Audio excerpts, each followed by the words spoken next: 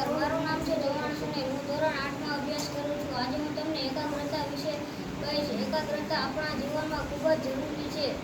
એકાગ્રતાથી કરાયેલું કામ આપણે ઉત્તમ રીતે કરી શકીએ છીએ. એકાગ્રતા એટલે કે આપણે જે તે કામમાં કે પ્રવૃત્તિઓમાં ધ્યાન રાખીને કરીએ છીએ તેને એકાગ્રતા કહે છે. આપણા મનને એકાગ્ર કરવા માટે આપણે રોજ સવારે યોગ પ્રાણાયામો કરવા જોઈએ.